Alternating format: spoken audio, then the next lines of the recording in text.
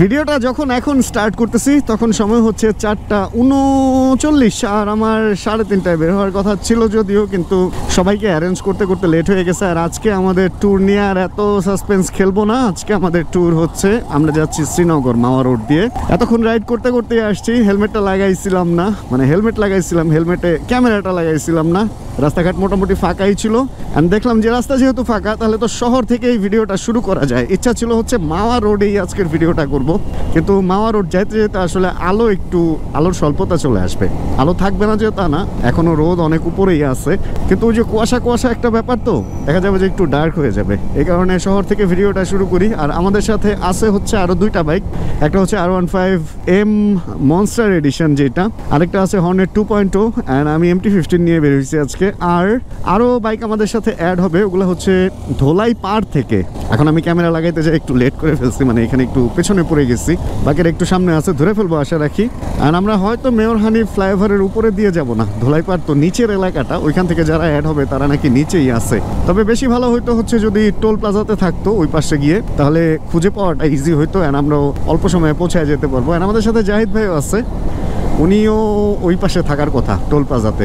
চলেন তাহলে আগাই। অ্যান্ড সবচেয়ে আগে হচ্ছে আমার সাথে যে দুইজন আমরা বের হয়েছি তাদেরকে একটু খুঁজে বের করি। এই হর্নেট 2.0 অ্যান্ড হচ্ছে আমাদের সেই মনস্টার, দুইটার মধ্যে কে আছে ওটা তো বললামই না। হর্নেট 2.0-র মধ্যে আছে হচ্ছে নিলয় ভাই, অ্যান্ড ওইটা যেটা আরেকটা যেটা, ওরা কোন দিক দিয়ে গেছে এখন আমি কীভাবে বুঝবো? আমি এক কাজ করি, আমি আমার মতো রওনা হই এতটুকু জায়গা গিয়ে, দেন টোল প্লাজার ওদিকে দাঁড়াবো, ওইখান থেকে আমরা একসাথে হয়ে যাব। যদি ওনাদেরকে এখন আমি না পাই, এমনও হইতে পারে ওরা হয়তো ওই দিক দিয়ে, ওরা পল্টন দিয়ে চলে গেছে, ওটাও হইতে পারে। আবার এমনও হইতে পারে যে না, এদিক দিয়েই গেছে, এখনো বুঝতেছি না আসলে কি অবস্থা। ও এলাকাটা, মানে আজকের ওয়েদারের সাথে এলাকাটা পুরো গেছে, গাছপালা, কাকরাইল মসজিদের সামনে কুয়াশা, ঠান্ডা একটা ব্যাপার আছে। আর শীত তো মোটামুটি ভালোই পড়ছে, যেটা মনে হইতেছে আজকে শীতের ব্যাপারটা আরো ভালো বুঝতে পারবো আমরা ওদিক গেলে। Okay, we are in same road. Jack আলহামদুলিল্লাহ বাঁচা গেছে। এই যে সামনে হচ্ছে হর্নেট 2.0 আর ওইটা হচ্ছে সেই আমাদের মনস্টার। আর এই গাছগুলো এই যে শুকায়া ডান্ডি মান্ডি বের হয়ে থাকে ভাই, হাতের মধ্যে যে মাঝে মধ্যে লাগে, প্লাস গাড়ির মধ্যেও মাঝে মধ্যে লাগে। এই জিনিসগুলা যারা কাটে তারা এগুলো ঠিকঠাক মতো কেন কাটে না বলেন তো? কোনো কাজ আমরা করলে একদম মানে ফিনিশিংটা ঠিক মতো দিতে চাই না। আর ওরা এত সুন্দর চালাইতেছে কাট টাট কইরা, আমার মনে হইতেছে আমি আস্তে চালাইতেছি, কিন্তু ওদের বাইক দেখলে মনে হইতেছে ওরা অনেক ফাস্ট চালাইতেছে।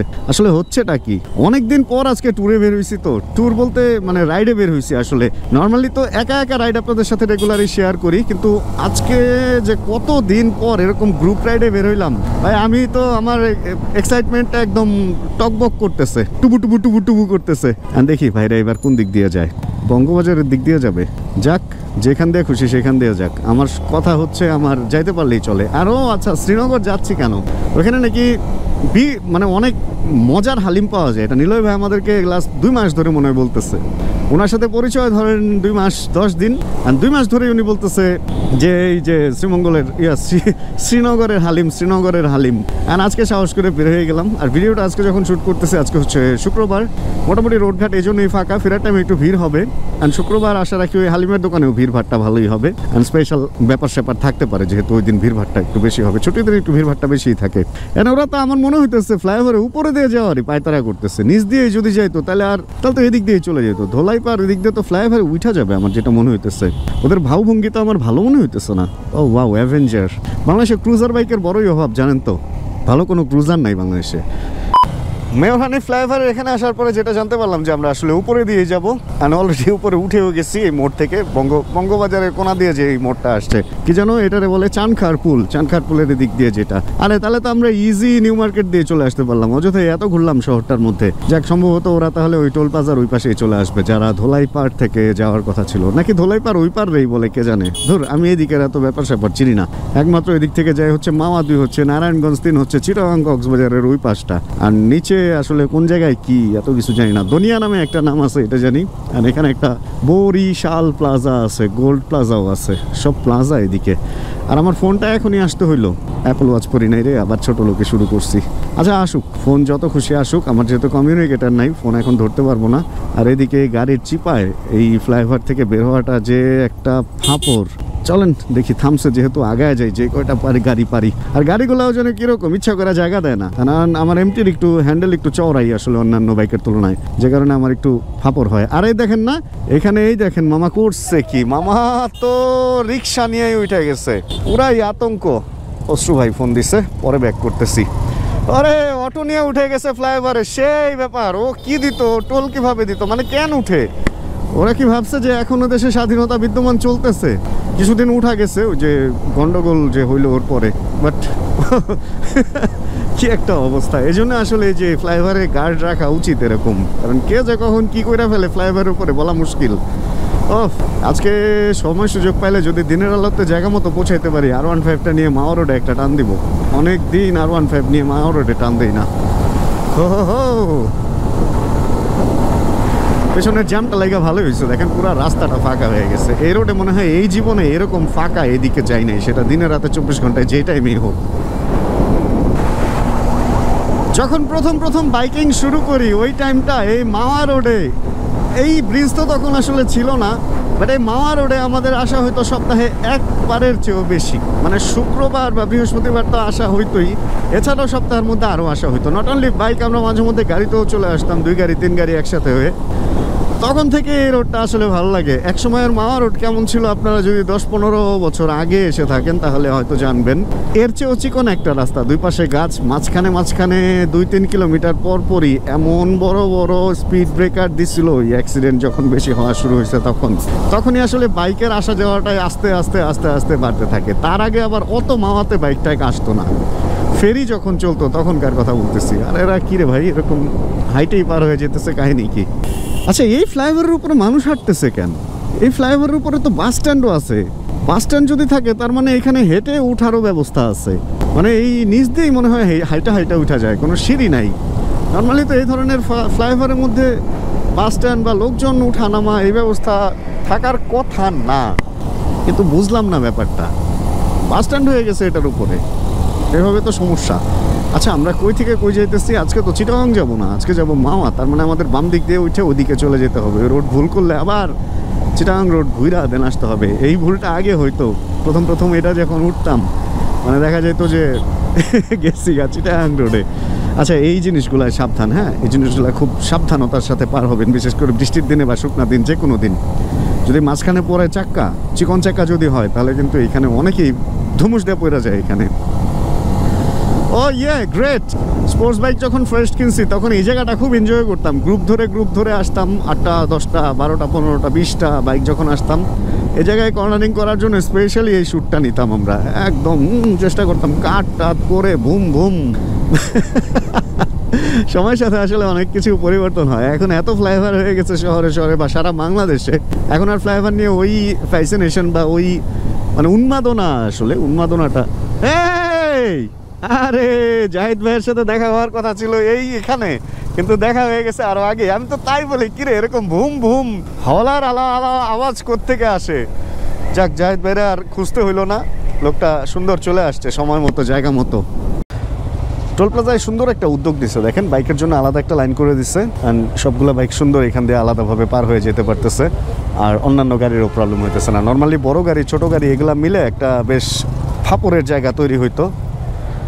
দিয়ে দিচ্ছেন সবগুলো একসাথে, ওই ফাপড়টা আর এখন নাই। এখন মোটামুটি সব বাইক এসে এখানে দাঁড়ানোর একটা জায়গাও আছে। আমরা আগে এটাই করতাম, সব বাইক এসে সব এখান থেকে একসাথে হইতাম, দেন এখান থেকে হচ্ছে রওনা। কি হয়েছে? ঠান্ডা লাগে তাহলে? ও স্টাইল। বাকিরা কই? আচ্ছা যাক, বাকিরা নাকি সামনেই আছে, তাহলে তার কোনো প্রবলেম নাই। ওকে, রেডি সবাই? চলেন তাহলে আমরা রওনা হয়ে যাই। ও ভাই, মাওয়া রোডে ওঠার পরই তো অদ্ভুত বাইকিং গ্রুপের ভিতরে ঢুকে গেছি। 3জন 4জন করে এক বাইকে উঠে, মানে যা শুরু হয়েছে এখানে। এক R15 তো এরকম করা ছাড়া বাইকে চালাইতে পারতেছে না। মাওয়া রোডের অবস্থা আগের মতোই আছে, বোঝা যেতেছে। আর আমাদের গ্রুপের লোকজন, এই 4V আমাদের গ্রুপের কিনা জানি না, ধোলাইপাড়ের ভাই ব্রাদাররা একসাথে হয়ে গেছে। এই নিলয় ভাই হচ্ছে আমাদের হর্নেট 2.2, অ্যান্ড পেছনে লুকিং গ্লাসে আমাদের মনস্টারটাকেও দেখা যেতেছে, কিন্তু আমাদের পালসারটা কই? ও পালসারটা হ্যাঁ চলে আসছে সম্ভবত, হ্যাঁ চলে আসছে। তার মানে আমাদের ফুল গ্রুপ আমরা একসাথে হয়ে গেছি, কিন্তু এখানে এত মানুষ এত বাইক যে নিজেদের গ্রুপে নিজে খুঁজে পাওয়াটা টাফ হয়ে যায়। মাওয়া রোড আগের মতোই আছে, এখানে উন্মাদনা। আর আজকে ছুটির দিন, এই কারণে উন্মাদনাটা একটু বেশি নর্মালের চেয়ে। তবে একটা কথা যেটা বলার সেটা হলো ওয়েদার কন্ডিশন অ্যান্ড এই যে R15 রে ভাই, এটা যে নাচ দিছে, weather condition and view nice, মানে এক্সিলেন্ট, পুরো ফ্যান্টাস্টিক একটা ভিউ। কারণ দেখেন সামনে রোডটা সূর্যটা ছোট হয়ে নিচে নামে আর আমরা যাই সর্বোচ্চ গতিসীমা হচ্ছে 80 কিলোমিটার দিয়ে রাখছে, আমরা চালাইতেছি 70-69 এরকম। যাক 80 পর্যন্তই আমরা উঠবো। আমরা এখানে ওরকম কেউ তাওরামি করতে আসি নাই, সত্যি কথা যেটা, ওই সময়ও না। এখন একটা টাইম থাকে আসলে, সবারই একটা বয়স এরকম থাকে, যে বয়সে হচ্ছে কোনো কারণ ছাড়াই রিস্ক নিতে ভালো লাগে, মানে মনে হয় যে ওইটাই মনে হয় বীর হয়ে গেছি। আসলে যে ওই বয়সে ওইটাই সবচেয়ে বোকামি, কারণ অনেক লোক তো মারাও যেতেছে, অনেক লোক বডির এমন পার্টে গিয়ে আঘাত খাইতেছে, সারা জীবনের জন্য তাদের লাইফে এটা একটা কান্না হয়ে দাঁড়াইতেছে। যাক, তারপরে সব কিছু ভালো লাগতেছে, তবে গ্রিন একটু কম লাগতেছে। গাছপালা কীরকম যেন ইন্ডিয়ান সামার টাইপের একটা ব্যাপার স্যাপার চলে গেছে, ওরকম কীরকম কমলা একটা ব্যাপার। আসলে শুকনা দিন তো, গাছপালা শুকায় যাইতেছে, এ হলো ব্যাপার। আম গাছের পাতা মনে হইতেছে যে জলপাই কালার, মানে ছাইয়ের মতো কালার হয়ে যেতেছে, এরকম লাগতেছে। এই ভাই, ওনার যেভাবে বসছে পেছনের লোকটা না পয়রা যায়। এই মাওয়া রোডে ফাস্ট বাইক চালানোর, মানে স্পিডে বাইক চালানোর একটা টেকনিক আপনাদেরকে শিখিয়ে দিই। এই মাওয়া রোডে দেখবেন অনেকগুলো এরকম উঁচু আছে এবং আবার নিচু হয়ে এরকম সমতলও আছে। আমরা পেছনে যে জায়গাটা থেকে আসলাম এটা অনেকটা ব্রিজ বা ফ্লাইওভার টাইপের, ওখানে হচ্ছে সাইড থেকে কেউ এসে ঢুকে যেতে পারবে না। আর এই যে জায়গাটা, এটা হচ্ছে সমতল, দেখেন ওই রাস্তা এই রাস্তা সমান। এই জায়গায় তো নেট দেওয়া আছে যে কেউ আসবে না, আপনি মানলেন, বা কোনো বিড়াল কুকুর বা শিয়াল ঢুকবে না। কিন্তু এইখান থেকে তো বিড়াল কুকুর শিয়াল রাস্তা পার হইতেই পারে, আর শিয়াল কিন্তু খুব ডেঞ্জারাস একটা ব্যাপার, ওটার সাথে বাইক বাড়ি খাইলে বাইক কন্ট্রোলে রাখা কোনোভাবেই সম্ভব না। বিড়াল কুকুরও সেম, বাট শিয়ালের ব্যাপারটা একটু বেশি। এই জন্য মাওয়াতে যদি কেউ স্পিডিং করতে চান বা একটু স্পিড টেস্ট বা এরকম কিছু করতে চান, এই সমতলে কেউ করেন না, সেটা দিনে হোক রাতে হোক।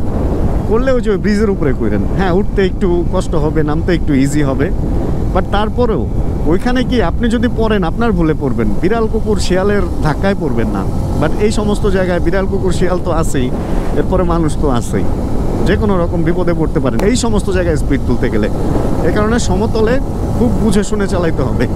যদিও আমি খুব বড় কথা বইলা 90 আপ করে ফেলছি, কিচ্ছু করার নাই। এখন অবশ্য ভিজিবল ব্যাপারগুলো, রাতে বেশি স্পিড না তোলাই ভালো।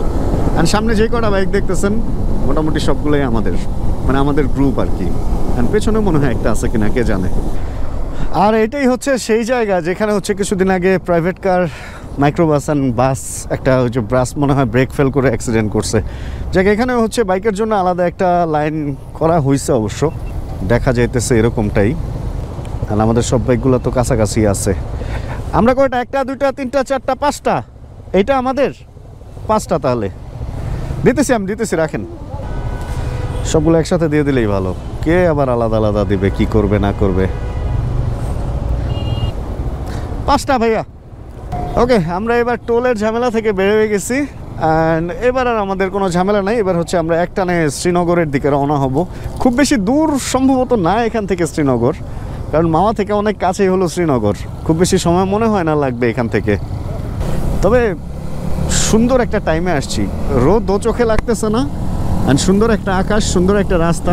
আর ইদানিং আমি বুঝতেছি না রাস্তাঘাট তো পরিষ্কার কীভাবে, শহরের রাস্তা এরকম পরিষ্কার, এখানের রাস্তা এরকম পরিষ্কার। মূলত হচ্ছে যেই কংক্রিট বা যেই বিটুমিন দিয়ে এই কাজটা করা হয়েছে, রিসেন্ট যেই বিটুমিন দিয়ে এই কাজটা হয় আর কি, এগুলোই মনে হয় এরকম স্মুথ, মানে রাস্তাঘাট অনেক সুন্দর লাগে। ক্যামেরাতে কেমন দেখা যেতেছে এখন তো বুঝবো না, এডিটে বুঝবো, বাট খালি চোখে সুপার মনে হইতেছে, ঘর মুছা রাখছে পুরা ক্লিয়ার। আমরা চলতে চলতে মাওয়া রোডে অনেকক্ষণই তো চললাম, অ্যান্ড খুব সুন্দরভাবেই চালাইতেছি আমরা।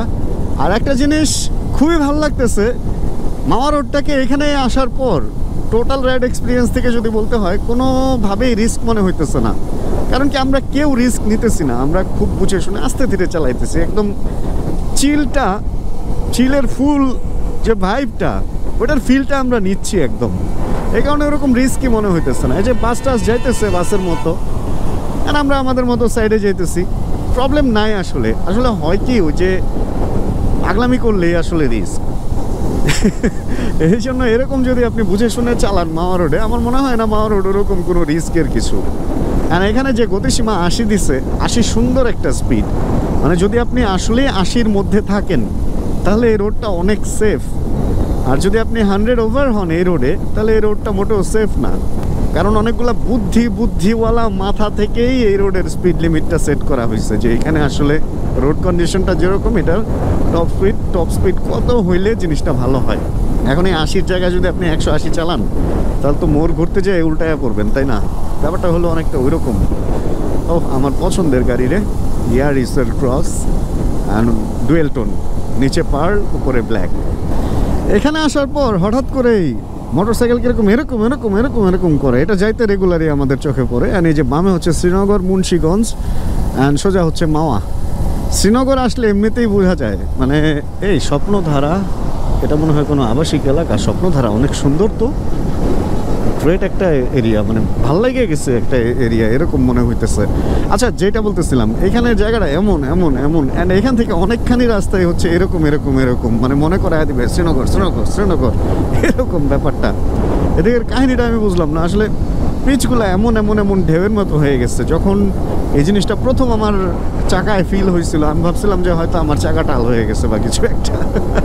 কারণ অনেক টেনে চালায় আসতাম, তো তখন মনে হইতো যে, মানে মনে হয়েছিল আর কি, যে অতিরিক্ত স্পিডে চালানোর কারণে হয়তো টায়ারে কোনো প্রবলেম হয়েছে বা কিছু একটা। অ্যান্ড দেখেন ওই গাড়িটা হচ্ছে মিস করছে রাস্তা, আর এখন উল্টা আসতেছে। আর আমরা হচ্ছে এদিক দিয়ে বাম দিক দিয়ে নিচে নেমে যেতেছি। শ্রীনগর 200 মিটার লেখা।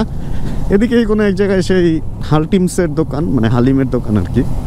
চলেন গিয়ে দেখি কি হালিম, কেমন কি হালিম। আমার পৃথিবীর সবচেয়ে পছন্দের খাবার হচ্ছে হালিম, অ্যান্ড আশা রাখি ভালো একটা এক্সপিরিয়েন্সই হবে এখানে। বোঝাটা খুব মুশকিল হয়ে যেতেছে যে আসলে সাউন্ড রেকর্ড নিচ্ছে কি নিচ্ছে না। যাই হোক, উপরে যতটুকুই না ফিটফাট, নিচের রাস্তাঘাটের অবস্থা ততটুকুই তো সদরঘাট, একদম জ্যাম ট্যাম লেগে। আর যেখানে ওই অটো আছে, ব্যাটারি রিক্সা এগুলো আছে, সেখানে এই অবস্থা হবে, এটা নর্মাল। আর এই পাশের এরিয়াগুলোতে এগুলার চাপ অনেক বেশি। কই যাবে মানুষটা? আচ্ছা, আমরা বামে ঢুকবো। আর অটো অনেক, আর ছোট্ট একটু রাস্তার মধ্যে। ও সাব্বাস, যাবেন? যান, সবাই যান। ধাক্কা কি একটা অবস্থা। বাস রেখে পিছনে গেছে, আবার বলতেছে আমি নাকি আরে যেতে দেয় না। তো পিছনে গেছে করে ভাই। আচ্ছা, এটা হলো ইসাপুরা, এটা হলো হাতিমারা, এটা হলো মুন্সিগঞ্জ। নামগুলা জায়গার অদ্ভুত। পুরাই হচ্ছে একটা গ্রাম্য ফিল নিয়ে গ্রামের রাস্তার ভেতরে দিয়ে এরকম যেরকমটা দেখতেছেন ধুলা টোলা আছে, এগুলা দিয়ে ঢুকতেছি। অনেকটা দোহার, নবাবগঞ্জ, শ্রীনগর তো ওটার পাশেই আসলে দোহারের। বিক্রমপুর, শ্রীনগর হচ্ছে পাশাপাশি। যাই হোক, এদিকে তো রাস্তার অবস্থা বেশি একটা ভালো মনে হচ্ছে না। বাড়ি ঘরে গাড়ি টাড়ি সবকিছুই আছে। এদিকে লোকজন অনেক ধনী, এটা বোঝা যাইতেছে, কারণ বাড়িঘর কিন্তু একদম পিলার টিলার দেয়া। RCCর গেটের সাইজ দেখেই বোঝা যাইতেছে যে এদিকে লোকজনের পয়সা টাকার তেমন কোনো অভাব নাই। কিন্তু হালিম খেতে আমরা আসলে কই যাই? রাস্তা তো বেশি একটা সুবিধার লাগতেছে না ভাই। যাক, আলো থাকতে থাকতে চলে আসতে পারছি। সময় হচ্ছে 5:26। কত অল্প সময়ের মধ্যে কত দূর চলে আসছি দেখছেন ভাই। রাস্তা ভালো থাকলে আর যদি ফাঁকা থাকে তাহলে দুনিয়াটা অনেক ছোট, মানে শহর। এই সরিষা ক্ষেত, কেউ আইসেন না, পিটাইবো। মানে রাস্তাঘাট ভালো থাকলে খুব অল্প সময়ে যে কোনো জায়গায় চলে যাওয়া যায়। আরে ভাই, বিশাল সরিষা ক্ষেত, অনেক বড়, অনেক। তো ছোট সরিষা গাছ, এগুলা বড় না, ফুল হয়ে গেছে, কিন্তু ছোট সরিষা কিন্তু দুই জাতের, একটা হলো বড়, একটা হলো ছোট। এখানে ওরকম ভিড়ভাট্টা নাই। লোকজন আসলে এখানে তো ওইভাবে বাইরের লোক আসে না, এলাকার লোকজনই। এরা আর কত ছবি তুলবে। নিজের গ্রামের কথা মনে পড়ে যেতেছে এই রোডে চলতে চলতে। এলাকার নামটা কি আমি জানি না, দেখি যা জানাবো না আপনাদেরকে। এই সরিষা ক্ষেত, আরে যতবারই দেখতেছি অত। এই ছোট খুপড়ি রেস্টুরেন্ট আছে, প্রেম জোন, মানে রেস্টুরেন্টের নাম প্রেম জোন না আর কি, প্রেম জোন। এটা ওরকম রেস্টুরেন্টও হয়ে গেছে। হ্যাঁ, এদিকে কোনো এক জায়গায় হবে। আরেকটা রেস্টুরেন্ট, এদিকে তো অনেক রেস্টুরেন্ট ভাই। আরেকটা মামা হালিম, এইটাই নাকি নিউ শাহি মামা হালিম? হ্যাঁ, মামারা তো এখানেই ঢুকতেছে, আমাদের মামারাও। আরে সুন্দর একটা মাঠও আছে, বেশ ভিড়ভাট্টাও আছে। আশা রাখি ভালো কিছুই হবে। চলেন ঢুকি, দেখি আর কি পাওয়া যায়, একটু খোঁজখবর লাগাই। এখানে সুন্দর একটা বাইক পার্কিং আছে, গাড়িও পার্ক করা যাবে, বেশ বড় দরজা। মাটির হাড়ির চা আর হালিমের যে বড় বড় দুইটা ডেকচি দেখা যাইতেছে, এতেই বোঝা যাইতেছে যে আসলে এটা কিরকম স্পেশাল। দেখতে হালিমগুলো ভালোই লাগছে। এটা হলো নিউ শাহি মামা হালিম অ্যান্ড রেস্টুরেন্ট, সাথে এই জিনিসগুলো আছে। চলো একটু হালিমের ক্লোজ দেখি আমরা। এই হলো মাংসগুলো এখানে রাখছে, আর এই হলো হালিম। দুইটা দেখছি, এখানে পাশে ফুচকার ব্যবস্থা আছে, টুকটাক চাপের ব্যবস্থাও সম্ভবত আছে দেখা যেতেছে। চিকেন চাপ, রুটির ব্যবস্থাও আছে। এরিয়াটার মধ্যে দোহান নবাবগঞ্জের ফুল একটা ফিল আছে। সামনের মাঠটা সবকিছু মিলা মনে হইতেছে নিজের গ্রামের বাড়িতে আসছে এরকম। কোনো একটা চা খাইতে আমরা সাইডে যেতেছি, ওর পরে আমরা হালিম খাবো, মানে একটু সন্ধ্যা হওয়ার পরে হালিম খাবো। এই জন্য দিনের শটটা নিয়ে রাখলাম। আজান দিতেছে, পরে কথা বলি। লাইটের আলো যে লাফালাফিটা করতেছে রে ভাই, আর সাংঘাতিক। আপনি একটু দেখেন না ডিসপ্লেতে, ভিডিও রেকর্ড হয়ে গেলে আর ওরকম লাগে না, খালি ডিসপ্লে সময় এমন মনে হয়। চা দিছে আমাদেরকে এরকম, জায়গাটা হচ্ছে এরকম, আর পেছনের জায়গাটা হচ্ছে ওই যে আস্তে আস্তে যে বলছিলাম যে সরিষা ক্ষেত, সরিষা ক্ষেতে কিছু ভূত আছে দেখা যাইতেছে। পেছনের জায়গাটা হচ্ছে এরকম, এখানে মাছও আছে মনে হইতেছে। সুন্দর জায়গা, লাইটটাই মেরে দিছে, আর সবই ঠিক আছে। এই হচ্ছে সেই হালিম যেটা খাইতে আমরা আসছি। সাথে হচ্ছে এরকম নান রুটি টাইপের রুটি দেওয়া হয়েছে। এটা ফুলসে বেশি, এটা ফুলসে কম। হালিম তো বড় পাতিলে দেখতে ভালোই লাগছিল, এখানে কেমন কে জানে। আর অনেক লোক আসছে এখানে। আমার টর্চ লাইটটা বন্ধ করে নিয়ে দাঁড়ানো। ঢাকা শহরের বিভিন্ন কোণা থেকে, প্লাস এইদিকের বিভিন্ন কোণা থেকে অনেক মানুষজন আসে এখানে, অনেক। সবকিছু শেষ করে চলে আসছি বাসায়, অ্যান্ড বাসায় এসে এডিট করতেছি ভিডিওটা। পরে দেখলাম যে আসলে হ্যাঁ, আমরা তো আজকে ফিনিশিং নেই। ফিনিশিং কিভাবে নিব? আসার সময় খুব সুন্দর আমরা এনজয় করতে করতে, বাইক রাইড করতে করতে চলে আসছি, কিন্তু অন্ধকার, এই জন্য আপনাদের সাথে ব্যাপারটা শেয়ার করতে পারিনি। চলো একটু হালিমের রিভিউ করি এবার। হালিমের যদি আমরা যারা পুরানো হালিম খোর, আমাদের যদি বলেন রিভিউ করতে, তাহলে বলবো যে 10-এর মধ্যে 7.5 দেওয়া যায়। আর যারা নতুন হালিম খায় তাদের জন্য 8-9 পর্যন্ত উঠবে, কারণ হালিমের ওই পুরানো ফ্লেভারটা আসলে এখন আর নাই। হালিম এখন একটু কালের প্রবর্তনে চেঞ্জ হয়েছে। আর ওইখানে খাইলে হালিমটাই খান, রুটি টুটি খান, তুন্ডল রুটি বা যেটা বলে ওটা খান। চিকেন চাপ একটা আছে, ওটা খাওয়া মানে হলো টাকা নষ্ট হবে। আর পাশের দোকানে যে চা, ওটা আসলে চা না, ওই যে ইদানিং মটকা চা, হাবি জাবি, এগুলা খায় না মানুষ, ওই ধরনের চা আর কি। আমরা যারা টং দোকানের চা খোর, আমাদের এই চা ভালো লাগবে না। বাট ওই পরিবেশে, ওই অবস্থায় চাটা ভালোই লাগছে, এটা সত্যি। এখান থেকে রাইড করতে যাওয়া আসা সব মিলে বেশ সুন্দর একটা চিল একটা রাইড হয়েছে। ইনশাআল্লাহ সামনে আরো হবে। তাহলে আজকের ভিডিও থেকে এখানে বিদায় নিয়ে হোপ রাখতেছি। ভিডিওটা আপনাদের ভালো লাগছে, ভিডিওতে কোনো কিছু ভালো লাগে প্লিজ একটা লাইক দিয়ে দিন। চ্যানেলে যদি নতুন হন প্লিজ সাবস্ক্রাইব করে হয়ে যান। আমাদের ফ্যামিলি মেম্বার জানাবেন কে কোন জায়গা থেকে ভিডিও দেখছেন। তাহলে দেখা হচ্ছে আবার সামনে কোনো নতুন ভিডিওতে, নতুন কোনো রাইডে। হ্যাঁ, যতক্ষণ পরবর্তী ভিডিও নিয়ে আমি না আসতেছি, ততক্ষণ ইনশাআল্লাহ আমরা থাকবো ভালো, আমরা থাকবো সুস্থ, এবং করতে থাকবো চিল ইনশাআল্লাহ। Chill bro. Check the mic and make sure it sound right, boys.